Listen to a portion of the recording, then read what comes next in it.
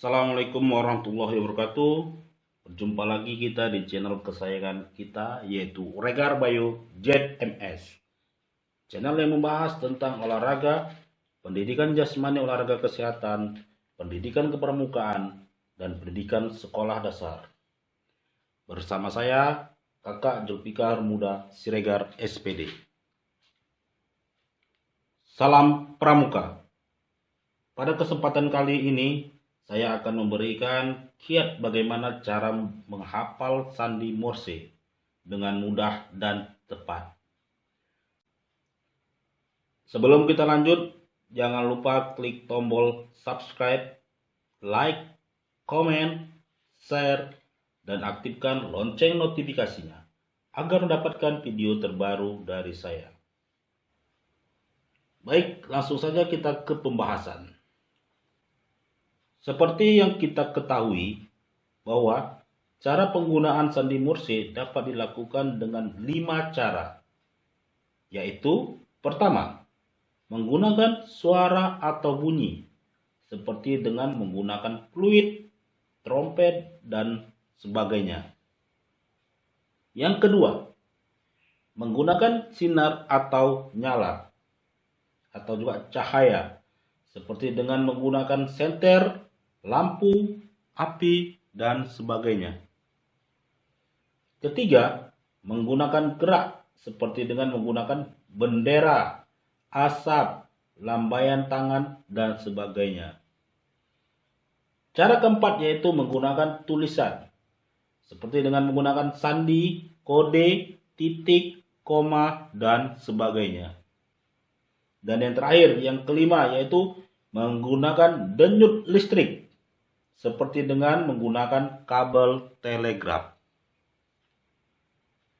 Baik, ya, itu tadi sedikit tentang cara menggunakan sandi Morse atau menghafal sandi Morse-nya. Kali ini saya akan menggunakan tabel.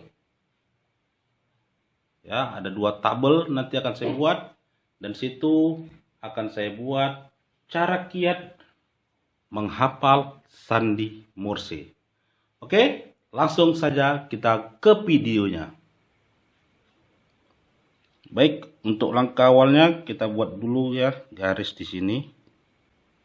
Kita garis, ya, kita buat kotak, kemudian kita bagi beberapa kotak. Jadi ada 2 kotak, ya, kiri dan kanan. Oke, langsung saja ya. Baik, kita buat garis tengahnya dulu. Ya, seperti ini. Oke. Ya.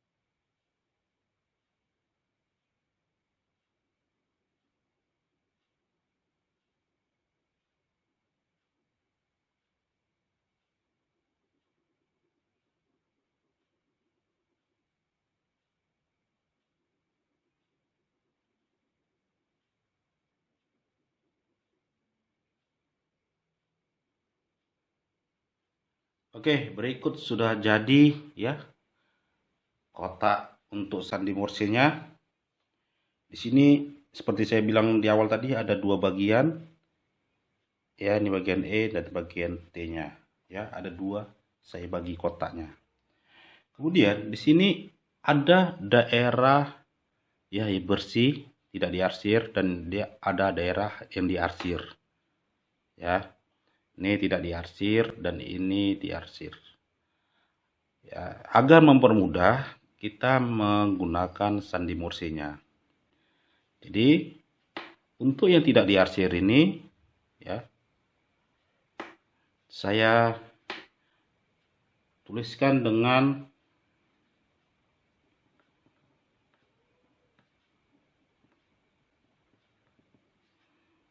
Ini berarti titik. Ya.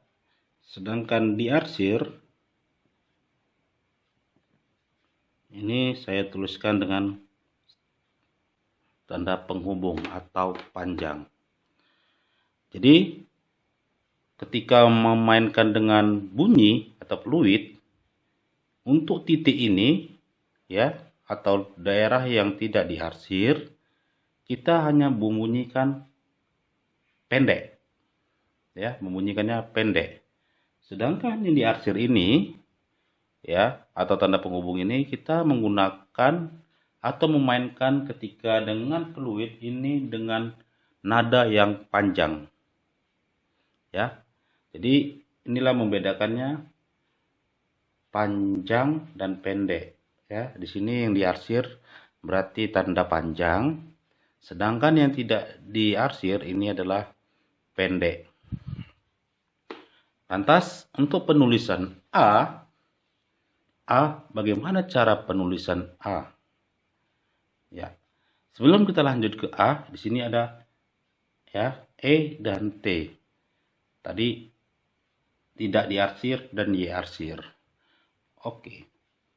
Jadi untuk E ya. Ini sandi morsenya adalah titik. Sedangkan T sandi morsenya adalah tanda penghubung atau panjang. Lantas bagaimana untuk huruf A? Ya, lihat huruf A ini di mana posisinya? Huruf A ini posisinya di bawah kolom E. Ya, di bawah kolom E. Maka penulisannya adalah titik dan panjang. Ya, titik panjang. Kita lihat kolomnya bagaimana. Jadi berhubung A ini di bawah E, maka dari E dulu kita buat ya. Kita membuat A seperti saya bilang tadi dari E-nya dulu. Berarti kita tuliskan dulu titik, baru turun ya ke A. A sini diarsir. Diarsir berarti tandanya adalah panjang. Maka sandi Morse untuk huruf A adalah titik dan panjang atau pendek panjang. Oke, selanjutnya saya ingin menuju huruf P ya, huruf P. Ini lihat huruf P ya, huruf P. Nah, sebelumnya di sini ada 3 huruf ya, di bawah S sama U. Dan 3 huruf juga di bawah R sama W. Nah, seperti saya bilang tadi, saya mau menuju huruf P yang ini ya. Jadi bagaimana cara penulisannya? Kita lihat paling atas dulu, dari yang paling atas ya. P ini merupakan masih bagian dari kolom E ya, bagian dari E. Maka ya, penulisannya adalah P sama dengan, kita tulis dulu E-nya. Ya. Titik. Kemudian P ini ada di kolom di mana? Ya. Selain di bawah E, dia juga di bawah kolom A. Ya, ini bagian A. Dilihat ya, ini saya buat pertengahannya di bagian A. Berarti E tadi titik ya dulu, baru kita turun ke A karena berada di bawah kolom A. A tadi adalah panjang. Ya. Huruf apa lagi yang ada di atas P? Ya. Yang satu kolom dengan P. Yaitu adalah huruf W. Ini dia. Ya, huruf W. Maka kita tulis lagi adalah W ini karena berhubung diarsir, maka kita tulis panjang. Atau tanda penghubungnya. Kemudian ya, P, lihat di sini, P tidak diarsir. Berarti dia titik di sini. Jadi untuk penulisan P adalah titik, panjang, panjang, titik, atau pendek, panjang, panjang, pendek. Itulah untuk penulisan huruf P. Lantas, bagaimana ketika saya ingin menulis huruf L? L hurufnya ada di samping P.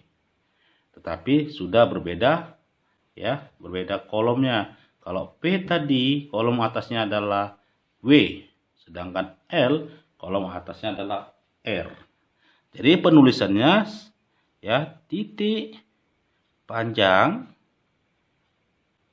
titik, titik. Kenapa titik, titik 2? Karena R tidak diarsir dan L tidak diarsir. Oke, satu contoh lagi. Ya, saya akan menuju huruf Y. Ini huruf Y. Bagaimana cara penulisannya? Lihat, Y ini berada di kolom ya T atau bagian dari T. T ini diarsir, berarti panjang ya. Kita tulis dulu panjangnya. Lihat, kemudian di bawah T ya, huruf Y ini masuk kolom mana? Masuk bagian huruf N. N ini tidak diarsir, berarti titik. Baru huruf apa lagi yang di atas Y? Ada huruf K. K kebetulan diarsir, maka kita buat panjang. Ya. Dan turun ke Y, huruf yang kita tuju. Ya, di sini diarsir, berarti panjang. Jadi, penulisan untuk huruf Y adalah panjang, pendek, panjang, panjang. Ya, begitu seterusnya. Jadi, kita lihat dulu turunan dari huruf atasnya.